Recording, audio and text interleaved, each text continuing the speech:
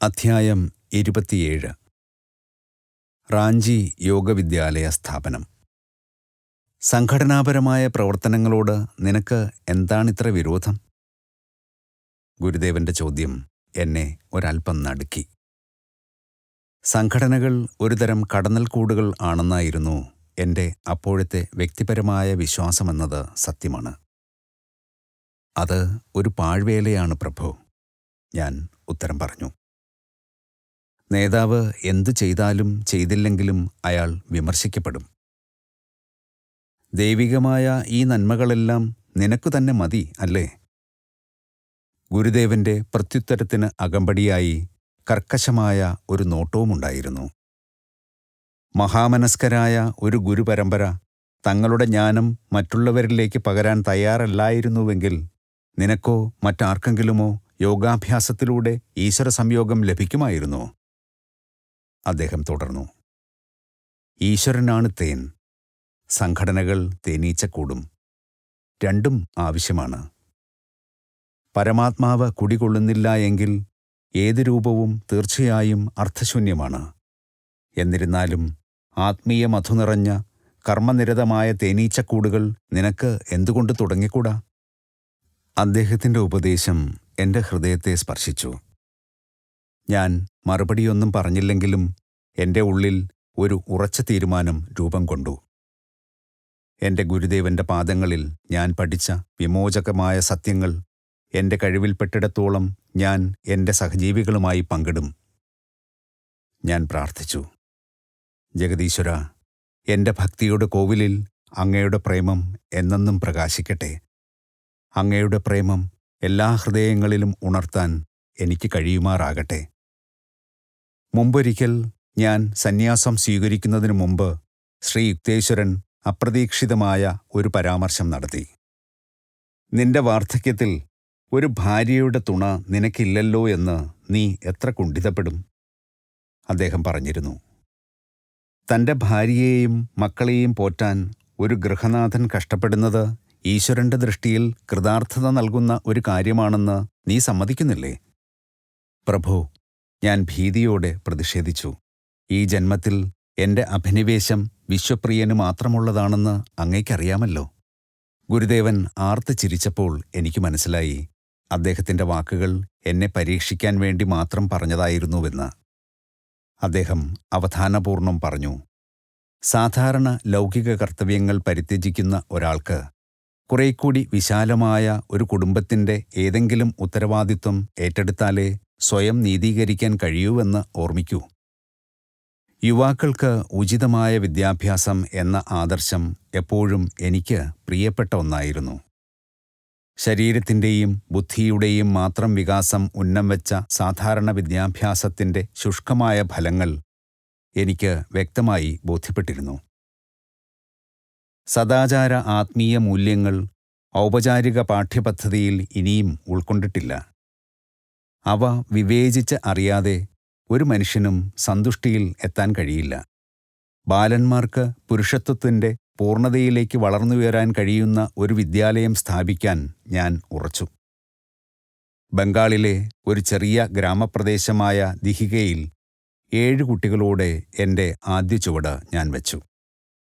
ഒരു വർഷത്തിന് ശേഷം 1918 വേഗം വളരുന്ന എൻ്റെ വിദ്യാർത്ഥി സമൂഹത്തെ കാസിം ബസാർ മഹാരാജാവായ സർ മനീന്ദ്രചന്ദ്ര നന്ദിയുടെ മഹാമനസ്കത കൊണ്ട് റാഞ്ചിയിലേക്ക് മാറ്റാൻ എനിക്കു കഴിഞ്ഞു. കൊൽക്കത്തയിൽ നിന്ന് ഏതാണ്ട് 200 മൈൽ അകലെ ഝാർഖണ്ഡിലെ ഈ പട്ടണം ഭാരതത്തിലെ ഏറ്റവും ആരോഗ്യകരമായ ഒരു കാലാവസ്ഥയാൽ അനുഗ്രഹീതമാണ്. റാഞ്ചിയിലെ കാസിം ബസാർ കൊട്ടാരം യോഗദാ സത്സംഗ ബ്രഹ്മചര്യ വിദ്യാലയം എന്ന് ഞാൻ പേരിട്ട പുതിയ പാഠശാലയുടെ പ്രധാന കെട്ടിടമായി. പ്രൈമറി സെക്കൻഡറി തലത്തിലേക്കുള്ള പാഠ്യവിഷയങ്ങൾക്കായി ഞാൻ പഠനപദ്ധതി സംഘടിപ്പിച്ചു. ഇതിൽ കാർഷിക, വ്യാവസായിക, വാണിജ്യ വിജ്ഞാനങ്ങളോടൊപ്പം മറ്റധ്യയന വിഷയങ്ങളും ഉൾപ്പെടുന്നു. ഭാരതത്തിലെ യുവജനങ്ങളുടെ മതേതരവും ദൈവികവുമായ വിദ്യാഭ്യാസത്തിൻ്റെ പ്രാചീന കേന്ദ്രങ്ങളായിരുന്നു ഋഷീശ്വരന്മാരുടെ ആരണ്യാശ്രമങ്ങൾ. അവരുടെ വിദ്യാഭ്യാസ ആദർശങ്ങൾ പിന്തുടർന്നുകൊണ്ട് മിക്ക ക്ലാസുകളും തുറസായ സ്ഥലത്ത് നടത്താൻ ഞാൻ ഏർപ്പാടുണ്ടാക്കി. റാഞ്ചിയിലെ വിദ്യാർത്ഥികളെ യോഗധ്യാനവും യോഗത എന്ന ഒരു അതുല്യ ആരോഗ്യ കായിക വികസന പദ്ധതിയും പഠിപ്പിക്കുന്നു. യോഗതായുടെ തത്വങ്ങൾ 1916 ഞാൻ ആവിഷ്കരിച്ചത്. മനുഷ്യശരീരം ഒരു വൈദ്യുത ബാറ്ററി പോലെയാണെന്ന് മനസ്സിലാക്കിക്കൊണ്ട് മനുഷ്യന്റെ ഇച്ഛാശക്തിയുടെ നേരിട്ടുള്ള പ്രവർത്തനത്താൽ അതിനെ ഊർജത്താൽ പുനർപൂരിതമാക്കാൻ കഴിയുമെന്ന നിഗമനത്തിൽ ഞാനെത്തി. ഏതു തരത്തിലുള്ള ഒരു പ്രവൃത്തിയും ഇച്ഛ കൂടാതെ അസാധ്യമായതുകൊണ്ട് തൻ്റെ കായബലം പുനഃസ്ഥാപിക്കാൻ പ്രഥമചാലകമായ ഇച്ഛാശക്തിയെ മനുഷ്യന് ഉപയോഗിക്കാം. പ്രയാസമേറിയ ഉപകരണങ്ങളോ യാന്ത്രിക വ്യായാമങ്ങളോ ഇതിന് ആവശ്യമില്ല. ലളിതമായ യോഗതാ സങ്കേതങ്ങൾ കൊണ്ട് ഒരാൾക്ക് തൻ്റെ ഉപമസ്തിഷ്കത്തിൽ മെഡുല്ല ഒബ്ലാങ്കേറ്റയിൽ കേന്ദ്രീകരിക്കുന്ന പ്രാണശക്തിയെ അപരിമിതമായ പ്രപഞ്ച ഊർജത്താൽ ബോധപൂർവം തൽക്ഷണം പുനർപൂരണം ചെയ്യാം. റാഞ്ചിയിലെ കുട്ടികൾ യോഗതാ പരിശീലനത്തോട് നന്നായി പ്രതികരിച്ചു. ശരീരത്തിൻ്റെ ഒരു ഭാഗത്തു നിന്നും മറ്റൊരിടത്തേക്ക് പ്രാണശക്തിയെ സഞ്ചരിപ്പിക്കാനും പ്രയാസമേറിയ ആസനങ്ങളിൽ സമ്പൂർണ്ണ സന്തുലനാവസ്ഥയിൽ ഇരിക്കുവാനുമുള്ള അസാധാരണമായ കഴിവ് അവർ വികസിപ്പിച്ചു. നല്ല കരുത്തുള്ള എത്രയോ മുതിർന്നവർക്ക് കിടനിൽക്കാനാവാത്ത കായികശേഷിയുടെയും സഹനശക്തിയുടെയും അത്ഭുതങ്ങൾ അവർ കാട്ടി. എൻ്റെ ഏറ്റവും ഇളയ സഹോദരൻ വിഷ്ണു ചരൺ ഘോഷ് റാഞ്ചി വിദ്യാലയത്തിൽ ചേർന്നു. പിൽക്കാലത്ത് അവൻ ഒരു ശ്രേഷ്ഠനായ കായിക അഭ്യാസിയായി തീർന്നു. 1938-39 അവനും അവൻ്റെ ഒരു ശിഷ്യനും കൂടി കായിക ശക്തിയും പേശീ നിയന്ത്രണവും പ്രദർശിപ്പിച്ചുകൊണ്ട് പാശ്ചാത്യ രാജ്യങ്ങളിൽ സഞ്ചരിച്ചു. ന്യൂയോർക്കിൽ കൊളംബിയ യൂണിവേഴ്സിറ്റിയിലെയും അമേരിക്കയിലും യൂറോപ്പിലുമുള്ള മറ്റനേകം സർവകലാശാലകളിലെയും പ്രൊഫസർമാർ മനസ്സിന് ശരീരത്തിന്മേലുള്ള ശക്തിയുടെ പ്രകടനങ്ങൾ കണ്ട് വിസ്മയഭരിതരായി. റാഞ്ചിയിലെ ആദ്യ വർഷം അവസാനിച്ചപ്പോൾ പ്രവേശനത്തിനുള്ള അപേക്ഷകർ 2000-ലെത്തി. പക്ഷേ അന്ന് ആ വിദ്യാലയം കുട്ടികൾക്ക് സ്ഥിരമായി താമസിച്ചു പഠിക്കാൻ ഉദ്ദേശിച്ചുള്ള ഒന്നായിരുന്നതിനാൽ 100 പേരെ മാത്രമേ ചേർക്കാൻ കഴിഞ്ഞുള്ളൂ. പോയി വരുന്ന കുട്ടികളുടെ പഠനം താമസിയാതെ തുടങ്ങി. വിദ്യാലയത്തിൽ എനിക്ക് ചെറിയ കുട്ടികളുടെ അച്ഛനമ്മമാരുടെ സ്ഥാനം വഹിക്കുകയും സംഘടനാപരമായ നിരവധി ക്ലേശങ്ങൾ നേരിടുകയും വേണ്ടിവന്നു. ക്രിസ്തുദേവന്റെ വാക്കുകൾ ഞാൻ മിക്കപ്പോഴും ഓർമ്മിച്ചു. എനിക്കു വേണ്ടിയും സുവിശേഷത്തിനു വേണ്ടിയും വീടിനെയോ സഹോദരന്മാരെയോ സഹോദരിമാരെയോ അമ്മയെയോ അച്ഛനെയോ മക്കളെയോ വയലുകളെയോ ഉപേക്ഷിച്ച ഒരാൾക്ക് ഇപ്പോൾ ഇക്കാലത്തു തന്നെ 100 മടങ്ങ് പ്രതിഫലം ലഭിക്കാതിരിക്കില്ല. വീടുകളും സഹോദരന്മാരും സഹോദരിമാരും അമ്മമാരും മക്കളും വയലുകളും പീഡനങ്ങളോടൊപ്പം അവർക്ക് ലഭിക്കും. വരും യുഗത്തിൽ നിത്യജീവനും. ശ്രീ യുക്തേശ്വരൻ ഈ വാക്കുകൾ ഇങ്ങനെയാണ് വ്യാഖ്യാനിച്ചിരിക്കുന്നത്. മുഴുവൻ സമൂഹത്തിനും വേണ്ടി മഹത്തായ ഉത്തരവാദിത്വങ്ങൾ ഏറ്റെടുക്കാനായി ജീവിതത്തിലെ സാധാരണ അനുഭവങ്ങളായ വിവാഹം, കുടുംബപരിപാലനം എന്നിവ ഉപേക്ഷിക്കുന്ന ഭക്തൻ ഇപ്പോൾ ഇക്കാലത്ത് തന്നെ 100 മടങ്ങ് വീടുകളും സഹോദരന്മാരും തന്നെ തെറ്റിദ്ധരിക്കുന്ന ലോകത്തിൻ്റെ പീഡനം മിക്കപ്പോഴും ഏറ്റുവാങ്ങിക്കൊണ്ടുള്ള പ്രവർത്തനമാണ് ചെയ്യുന്നത്. എന്നാലും അപ്രകാരമുള്ള വിശാല വ്യക്തിത്വങ്ങൾ സ്വാർത്ഥതയെ അതിജീവിക്കാൻ ഭക്തനെ സഹായിക്കുകയും അവന് ദൈവികമായ ഒരു പാരിതോഷികം ലഭിക്കാൻ ഇടയാക്കുകയും ചെയ്യുന്നു. എനിക്ക് അനുഗ്രഹാശിസുകൾ നൽകാനായി അച്ഛൻ ഒരു ദിവസം റാഞ്ചിയിലെത്തി. ബംഗാൾ നാഗ്പൂർ റെയിൽവേയിൽ അദ്ദേഹം വച്ചുനീട്ടിയ ജോലി നിരസിച്ച് ഞാൻ അദ്ദേഹത്തെ വേദനിപ്പിച്ചിരുന്നതിനാൽ അദ്ദേഹം എനിക്ക് അനുഗ്രഹാശിസുകൾ നൽകാൻ കൂട്ടാക്കിയിരുന്നില്ല. മകനെ, നിന്റെ ജീവിതത്തിൽ നീ തിരഞ്ഞെടുത്ത വഴിയുമായി ഞാൻ ഇപ്പോൾ പൊരുത്തപ്പെട്ടു കഴിഞ്ഞു, അദ്ദേഹം പറഞ്ഞു. സന്തുഷ്ടരും ആശാഭരിതരുമായ ഈ കുട്ടികളുടെ ഇടയിൽ നിന്നെ കാണുന്നതിൽ എനിക്ക് സന്തോഷമുണ്ട്. നിന്റെ സ്ഥാനം ഇവിടെയാണ്, അല്ലാതെ റെയിൽവേ സമയവിവര പട്ടികകളുടെ നിർജീവമായ അക്കങ്ങളുടെ ഇടയിലല്ല. എൻ്റെ പിന്നാലെ കൂടിയ ഒരു പറ്റം കുട്ടികളുടെ കൂട്ടത്തിനു നേരെ അദ്ദേഹം കൈവീശി. എനിക്ക് 8 കുട്ടികളെ ഉണ്ടായിരുന്നുള്ളൂ. പക്ഷേ എനിക്ക് നിന്റെ വികാരം ഉൾക്കൊള്ളാനാകും, തിളങ്ങുന്ന കണ്ണുകളോടെ അദ്ദേഹം പറഞ്ഞു. ഞങ്ങളുടെ കൈവശം ഫലഭൂയിഷ്ഠമായ 20 ഏക്കർ ഭൂമി ഉണ്ടായിരുന്നതിനാൽ വിദ്യാർത്ഥികളും അധ്യാപകരും ഞാനും നിത്യേന മലക്കറി കൃഷിയുടെയും മറ്റ് പുറം ജോലികളുടെയും വേളകൾ ആസ്വാദ്യകരമാക്കി. ഏതാണ്ട് ഒരു ദേവവിഗ്രഹം പോലെ കുട്ടികൾ ആരാധിച്ചിരുന്ന ഒരു മാൻകുട്ടി ഉൾപ്പെടെ ധാരാളം വളർത്തുമൃഗങ്ങൾ ഞങ്ങൾക്കുണ്ടായിരുന്നു. ഞാനും ആ മാൻകിടാവിനെ അത്ര ഇഷ്ടപ്പെട്ടിരുന്നതിനാൽ എൻ്റെ മുറിയിൽ ഉറങ്ങാൻ ഞാൻ അതിനെ അനുവദിച്ചു. കിഴക്ക് വെള്ള വീശുമ്പോൾ ആ മാൻകിടാവ് എൻ്റെ കിടക്കയ്ക്ക് അരികെ പിച്ചവെച്ച് പുലർകാല ലാളനാശ്ലേഷങ്ങൾക്കായി വരും. ഒരു ദിവസം എനിക്ക് റാഞ്ചി പട്ടണത്തിൽ ഒരു കാര്യത്തിന് പോകാനുണ്ടായിരുന്നതുകൊണ്ട് പതിവിലും നേരത്തെ ഞാൻ അതിന് ആഹാരം നൽകി. ഞാൻ തിരിച്ചു വരുന്നതുവരെ അതിന് ഒന്നും കൊടുക്കരുതെന്ന് ഞാൻ കുട്ടികളോട് പറഞ്ഞിരുന്നു. അനുസരണയില്ലാത്ത ഒരു പയ്യൻ അതിന് കുറെ അധികം പാൽ കൊടുത്തു. ഞാൻ വൈകിട്ട് തിരിച്ചെത്തിയപ്പോൾ ദുഃഖകരമായ വാർത്തയാണ് കേട്ടത്. അമിതമായി പാൽ കൊടുത്തതിനാൽ മാൻകുട്ടി ചത്തുപോകുമെന്ന നിലയിലാണ്. ജീവച്ഛവമായ ആ മാൻകിടാവിനെ ഞാൻ കണ്ണീരോടെ മടിയിൽ കിടത്തി. അതിൻ്റെ ജീവൻ വിട്ടുതരാൻ ഈശ്വരനോട് ഉള്ളുരുകി പ്രാർത്ഥിച്ചു. മണിക്കൂറുകൾക്ക് ശേഷം അത് കണ്ണു തുറന്ന് എഴുന്നേറ്റ് വേച്ചു നടന്നു. സ്കൂൾ മുഴുവനും സന്തോഷത്താൽ ആർത്തുവിളിച്ചു. പക്ഷേ ഒരിക്കലും മറക്കാനാവാത്ത ഒരു ഗഹനമായ പാഠം അന്നു രാത്രി ഞാൻ പഠിച്ചു. 2 മണിവരെ ഉറക്കമിളച്ച് ഞാൻ ആ മാൻകുട്ടിയോടൊപ്പം ഇരുന്നു. അതിനുശേഷം ഞാൻ ഉറങ്ങിപ്പോയി. സ്വപ്നത്തിൽ മാൻകുട്ടി പ്രത്യക്ഷപ്പെട്ട് എന്നോട് പറഞ്ഞു, "അങ്ങ് എന്നെ പിടിച്ചു നിർത്തുകയാണ്. എന്നെ പോകാൻ അനുവദിക്കൂ. ദയവ് ചെയ്ത് എന്നെ വിടൂ." "ശരി, അങ്ങനെയാകട്ടെ," സ്വപ്നത്തിൽ ഞാൻ ഉത്തരം പറഞ്ഞു. ഉടൻ തന്നെ ഞാൻ ഉണർന്ന് വിളിച്ചു പറഞ്ഞു, "കുട്ടികളെ, മാൻകിടാവ് ചാവാൻ പോവുകയാണ്." കുട്ടികൾ പാഞ്ഞെത്തി. അതിനെ കിടത്തിയിരുന്ന മൂലയിലേക്ക് ഞാൻ ഓടിച്ചെന്നു. അത് എഴുന്നേൽക്കാനായി ഒരവസാന ശ്രമം നടത്തി. എൻ്റെ നേരെ കാലിടറി നീങ്ങി എൻ്റെ പാദത്തിൽ ചത്തുവീണു.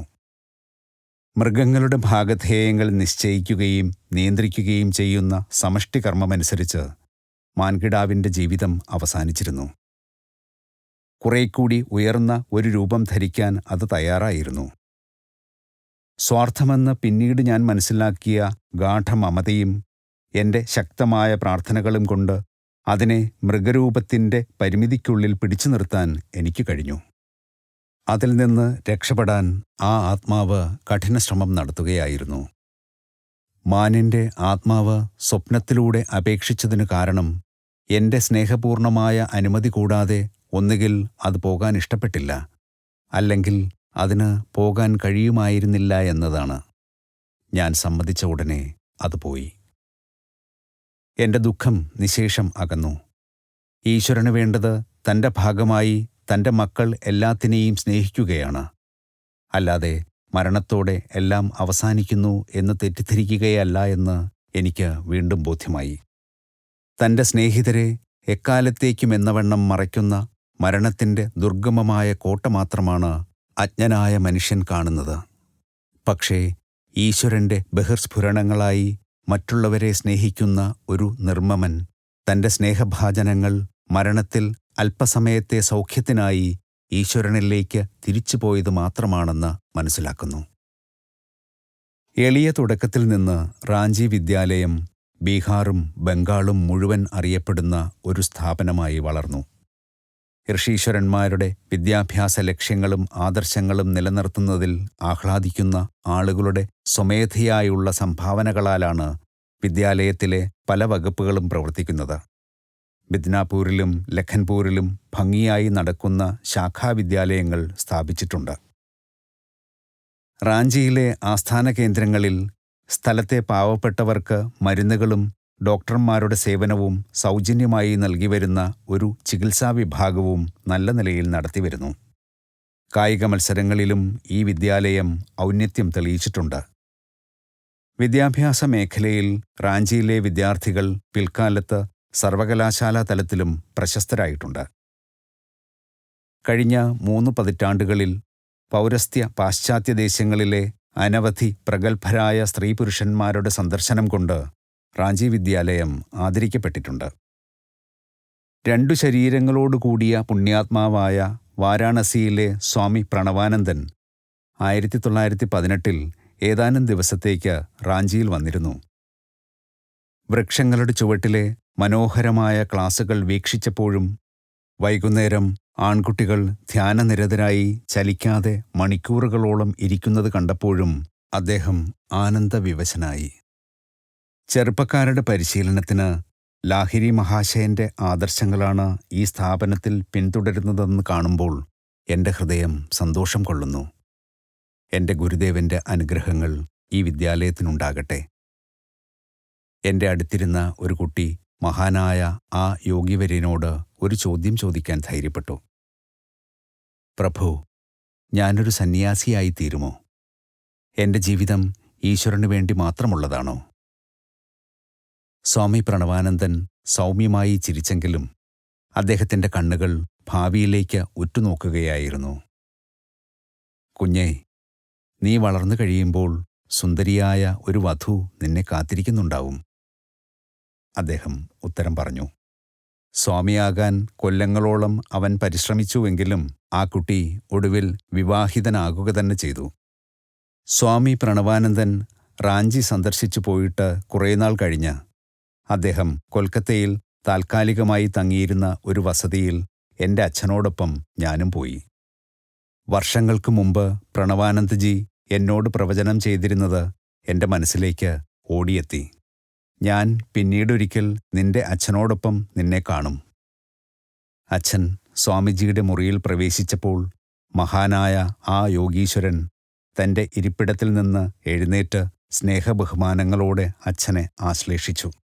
ഭഗവതി, നിങ്ങൾ സ്വന്തം കാര്യത്തിൽ എന്താണ് ചെയ്യുന്നത്? അദ്ദേഹം ചോദിച്ചു. നിങ്ങളുടെ മകൻ അനന്തതയിലേക്ക് കുതിക്കുന്നത് കാണുന്നില്ലേ? അച്ഛൻ്റെ മുമ്പിൽ വച്ച് എനിക്കു ലഭിച്ച പ്രശംസ കേട്ടപ്പോൾ എൻ്റെ മുഖം തുടുത്തു. സ്വാമി തുടർന്നു. നമ്മുടെ അനുഗ്രഹീതനായ ഗുരുദേവൻ ഇടയ്ക്കിടെ ഇങ്ങനെ പറയുന്നത് നിങ്ങൾ ഓർക്കുന്നുണ്ടാവും. ബനത് ബനത് ബൻജായ്. അതുകൊണ്ട് ക്രിയായോഗാനുഷ്ഠാനം അവിരാമം തുടരൂ. അങ്ങനെ ഈശ്വരന്റെ പടിവാതിലിൽ വേഗം എത്തിച്ചേരൂ. വാരാണസിയിലെ വിസ്മയം പകർന്ന എൻ്റെ ആദ്യ സന്ദർശനവേളയിൽ അരോഗദൃഢഗാത്രനായിരുന്ന പ്രണവാനന്ദജിയുടെ ശരീരം ഇപ്പോൾ പ്രായാധിക്യത്തിൻ്റെ സ്പഷ്ടമായ ലക്ഷണങ്ങൾ കാട്ടിയിരുന്നു. എങ്കിലും അദ്ദേഹത്തിൻ്റെ ഇരിപ്പ് മതിപ്പുളവാക്കും വിധം നിവർന്നതായിരുന്നു. സ്വാമിജി, അങ്ങയ്ക്ക് പ്രായാധിക്യം അനുഭവപ്പെടുന്നില്ലേ? ശരീരം ദുർബലമാകും തോറും ഈശ്വരാനുഭൂതിക്ക് എന്തെങ്കിലും കോട്ടം തട്ടുന്നുണ്ടോ? ഞാൻ അദ്ദേഹത്തിൻ്റെ കണ്ണുകളിൽ തന്നെ നോക്കിക്കൊണ്ട് ചോദിച്ചു. അദ്ദേഹം ദിവ്യമായി പുഞ്ചിരിച്ചു. എൻ്റെ പ്രിയൻ മുമ്പെന്നത്തേക്കാളും കൂടുതൽ എന്നോടത്തുണ്ട്. അദ്ദേഹത്തിൻ്റെ സമ്പൂർണമായ ദൃഢവിശ്വാസം എൻ്റെ മനസ്സിനെയും ആത്മാവിനെയും ഒരു മുഗ്ധാനുഭൂതിയിൽ ആമഗ്നമാക്കി. അദ്ദേഹം തുടർന്നു.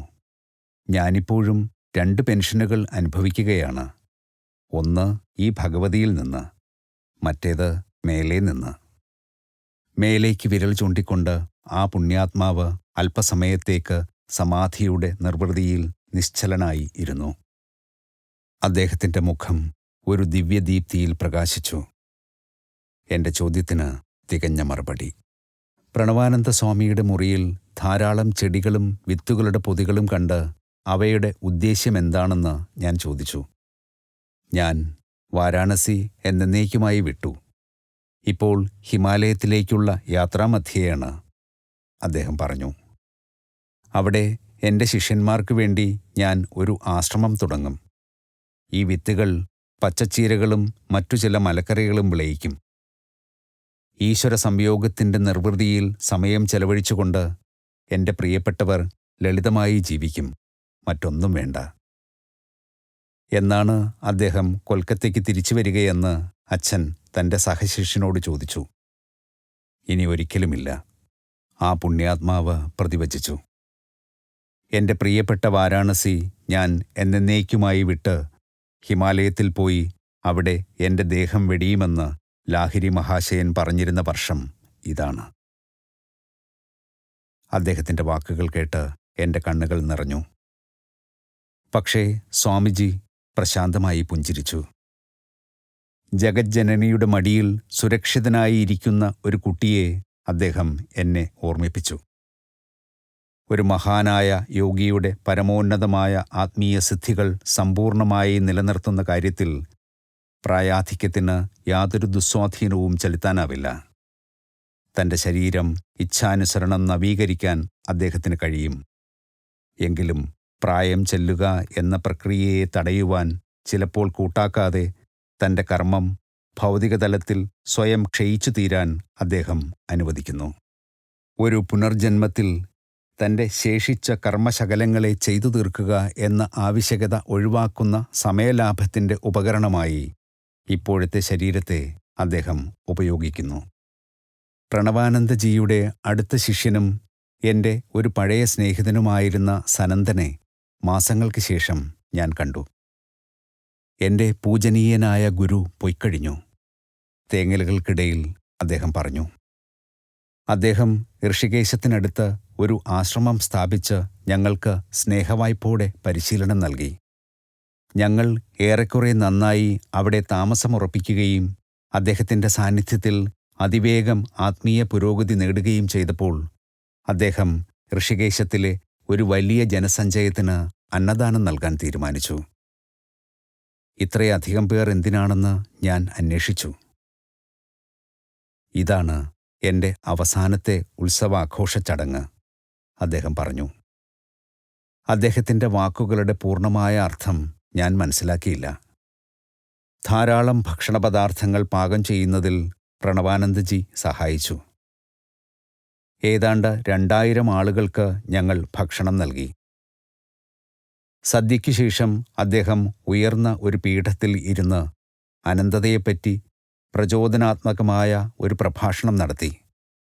അതിൻ്റെ പരിസമാപ്തിയിൽ ആദരപൂർവം മെഴിനട്ട് നിന്ന ആയിരങ്ങളുടെ മുന്നിൽ വച്ച് വേദിയിൽ അടുത്തിരുന്ന എൻ്റെ നേരെ തിരിഞ്ഞിട്ട് അസാധാരണമായ ഊർജ്ജസ്വലതയോടെ അദ്ദേഹം പറഞ്ഞു, സനന്ദൻ, തയ്യാറായിക്കൊള്ളൂ. ഞാൻ ഈ ശരീരപഞ്ചരം വെടിയാൻ പോകുകയാണ്.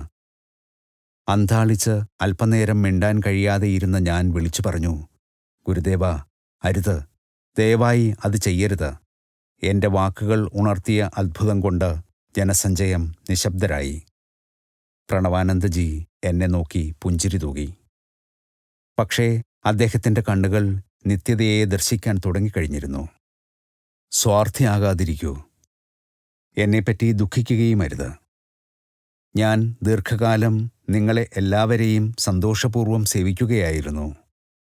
ഇപ്പോൾ ആഹ്ലാദിക്കുകയും എനിക്ക് യാത്രാമംഗളം നേരുകയും ചെയ്യൂ. എൻ്റെ വിശ്വപ്രിയനെ കാണാൻ ഞാൻ പോകുന്നു, അദ്ദേഹം മന്ത്രിച്ചു. താമസിയാതെ ഞാൻ വീണ്ടും ജനിക്കും. അല്പകാലത്തെ പരമാനന്ദാനുഭൂതി ആസ്വദിച്ച ശേഷം ഞാൻ ഭൂമിയിൽ തിരിച്ചെത്തി ബാബാജിയോട് ഒത്തുചേരും. എൻ്റെ ആത്മാവ് എന്ന് എവിടെ ഒരു പുതിയ ശരീരം പൂണ്ടുവെന്ന് നീ താമസിയാതെ അറിയും. അദ്ദേഹം വീണ്ടും ഉച്ചത്തിൽ പറഞ്ഞു, സനന്ദൻ, രണ്ടാമത്തെ ക്രിയായോഗത്താൽ ഇതാ ഞാൻ ശരീരപഞ്ചരം വെടിയുന്നു. അദ്ദേഹം ഞങ്ങളുടെ മുമ്പിലുണ്ടായിരുന്ന ജനസമുദ്രത്തെ നോക്കി ഹ്രസ്വമായ ഒരു ആശീർവാദം അവർക്ക് നൽകി. ആത്മീയ നയനത്തിൽ ദൃഷ്ടി ആന്തരികമാക്കി അദ്ദേഹം നിശ്ചലനായി. പരമാനന്ദാവസ്ഥയിൽ അദ്ദേഹം ധ്യാനനിരതനായിരിക്കുകയാണെന്ന് പകച്ചുനിന്ന പുരുഷാരം കരുതി. അപ്പോഴേക്കും അദ്ദേഹം മാംസശരീരത്തിൻ്റെ ദിവ്യമന്ദിരം ഉപേക്ഷിച്ച് തൻ്റെ ആത്മാവിനെ ബ്രഹ്മാണ്ഡ വിശാലതയിൽ നിമഗ്നമാക്കിയിരുന്നു. പത്മാസനത്തിലിരുന്ന ആ ശരീരത്തിൽ ശിഷ്യന്മാർ തൊട്ടുനോക്കി. പക്ഷേ അതിൽ നിന്ന് ചൂട് അകന്നിരുന്നു. മരവിച്ച പുറംചട്ട മാത്രം അവശേഷിച്ചു. അതിലെ താമസക്കാരൻ അമരതീരത്തേക്ക് പലായനം ചെയ്തിരുന്നു. സനന്ദൻ കഥ പറഞ്ഞു നിർത്തിയപ്പോൾ ഞാൻ ചിന്തിച്ചു, 2 ശരീരമാർന്ന പുണ്യാത്മാവ് മരണത്തിലും ജീവിതത്തിലെന്ന പോലെ നാടകീയത പുലർത്തി. പ്രണവാനന്ദജി ഇനി എവിടെയാണ് ജനിക്കാനിരിക്കുന്നതെന്ന് ഞാൻ അന്വേഷിച്ചു. ആ അറിവ് ഒരു ദിവ്യരഹസ്യമായി ഞാൻ കരുതുന്നു, സനന്ദൻ പറഞ്ഞു. അത് ഞാൻ ആരോടും പറയാൻ പാടില്ല. ഒരുപക്ഷേ അത് മറ്റു വിധത്തിൽ അങ്ങ് അറിയാൻ ഇടയായേക്കാം.